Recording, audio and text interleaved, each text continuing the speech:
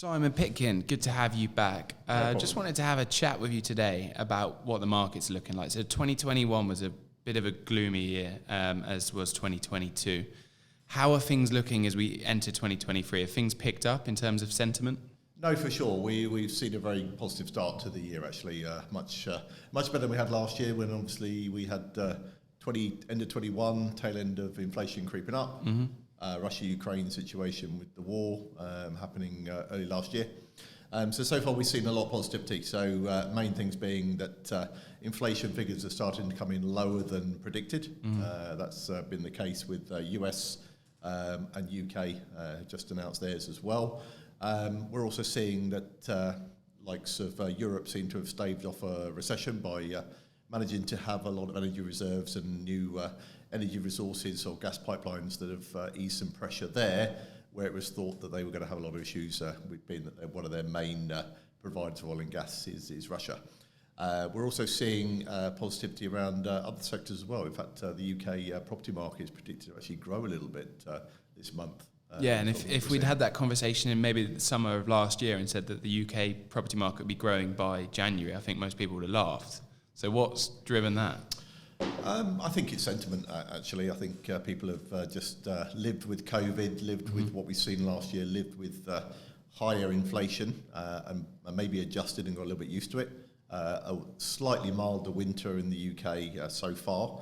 Not today. Not today, no, it's -5 today. Snowing today. So not has meant that obviously energy prices maybe weren't as bad as the government were predicting, or maybe warning people that they were going to be.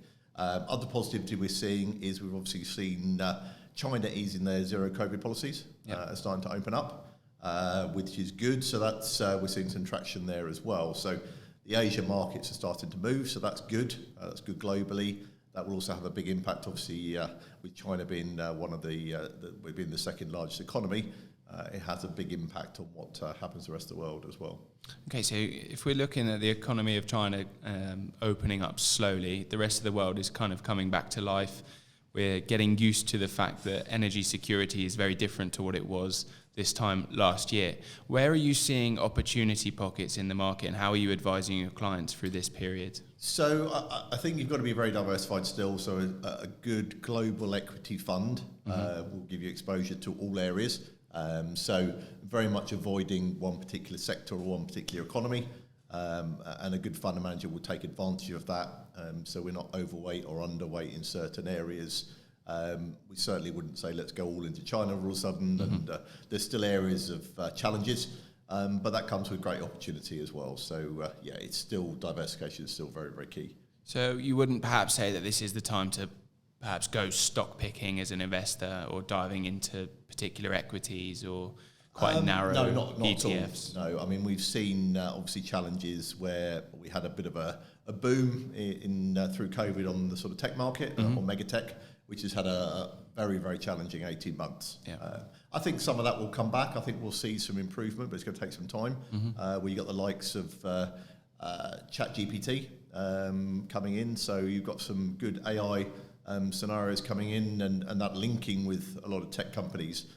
Maybe there'll be some more mergers and acquisitions as well. So again, a good fund, or even if you're really interested in tech, a good diversified tech fund will give you exposure to those without going into a direct stock. I mean, even the favourites, Google, Apple, Tesla, have had some real challenging times. We're starting to see a lot of job cuts in the tech industry. Do you think that's going to be part of what's going to solve the share price issue with tech companies? Potentially, yes. I mean, cutting jobs is a good way to obviously cut cost. It also helps with wage inflation, and it means the companies return to profitability a lot quicker. So you will see that, and you've seen big announcements on every major tech company. I mean, obviously there's been changes there as well. So they also don't need the real estate they had, or the amount of offices. So they've got rid of things like that as well. So that's also helped to reduce their costs, and ultimately that will convert to profitability as we move forward.